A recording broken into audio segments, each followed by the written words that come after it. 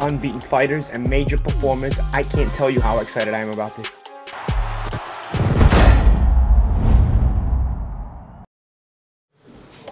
James Elder, IFL-TV, NTK Global. With me, I've got former WBA King Anthony CROLLA. We're here today in the Unilad offices in Manchester. Yep. Firstly, how are you, champ? I'm good, thank you. Here today, excited for this upcoming tournament, Ultimate Boxer. Now, something that you're very passionate about. I know you've been involved from the sort of early stages of this Ultimate Boxer. What can we expect from this event and from the whole showcase of it? Yeah, I'm looking forward to it. It's obviously it is an event. It's just that with as well as the boxing, it's which is obviously the thing I'm interested in most.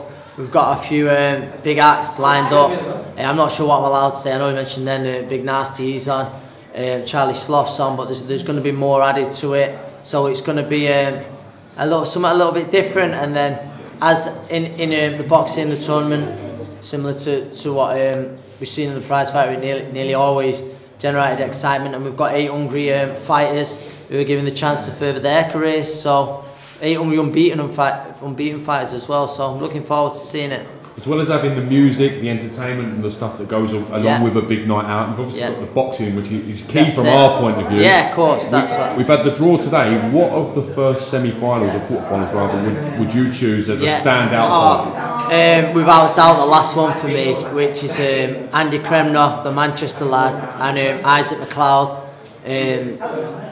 Two of the people who a lot of people would have picked, and two of the people would, they would have picked for the favourites of the competition, and they're fighting each other first fight. So I'm sure there'll be a lot of boxers who'll be happy with that fight who was in the tournament. But that's the standout for me. Now we look at the marquee names in British boxing. They're obviously doing fantastic, making a great living. At the start of your journey and career, would you have jumped at something like this? A chance to propel yourself a little bit quicker? A good chance. There is a good chance, yeah. And I think a lot of these lads, it helps them build that profile. They've not had the great amateur back. They've not gone to an Olympic Games or a Commonwealth World Championship. So these are lads who have, I'm not sure if not all of them are full-time professionals. So winning this maybe enables them to become that, and who knows how much further they can go.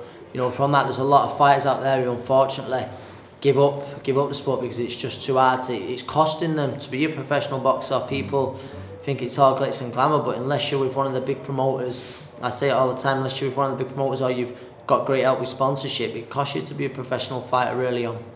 Now, 2 weeks to this event, you're going to be there, no doubt. Yeah. Are you excited to be involved in things away from your own sort of fighting and of course, every time.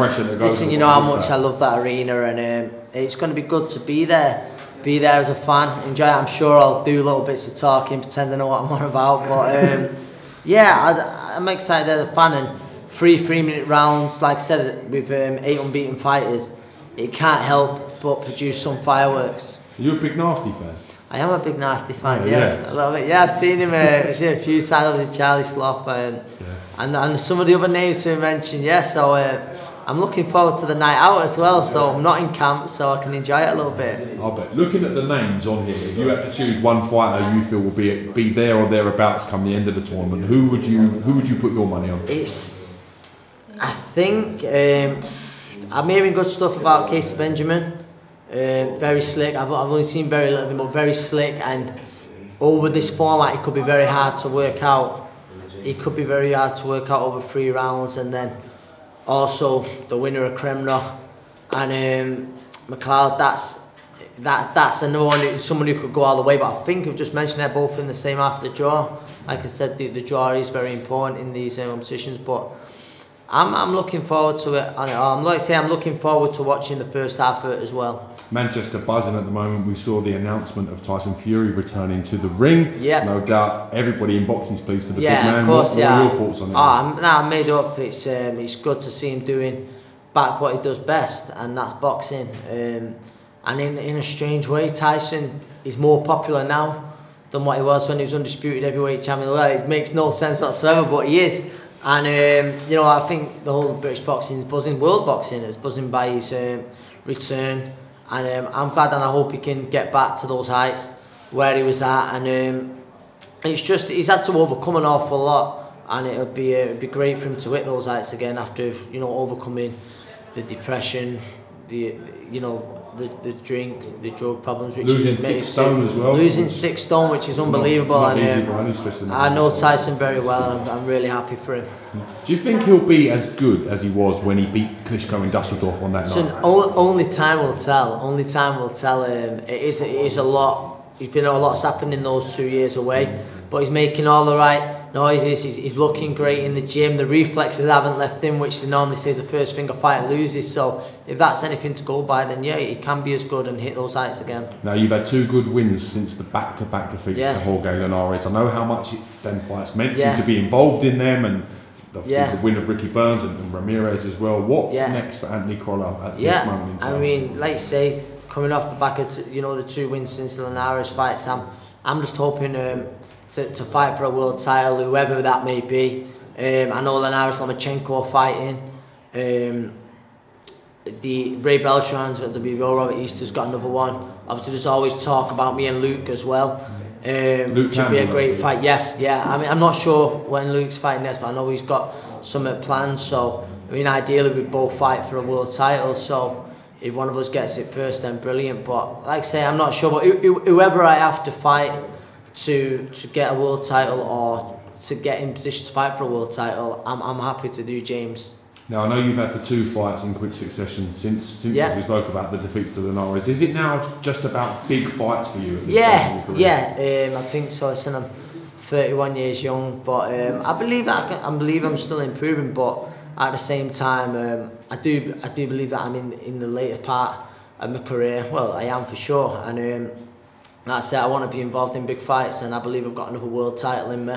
So hopefully that can be delivered this year, hopefully over the summer, not later in the year, and I'm confident I can produce the goods to win it. Quite finally, May the 12th, as you mentioned, Jorge Linares taking on VASYL Lomachenko. Massive fight, everyone's excited. You've had the pleasure of sharing a ring with Linares. How do you see the encounter with Lomachenko? I honestly think he's got a great chance. I really do. I know people say I'm always going to back him because we're mates, now we're friends, me and Jorge.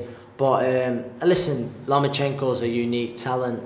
He's special. He comes around once in a lifetime.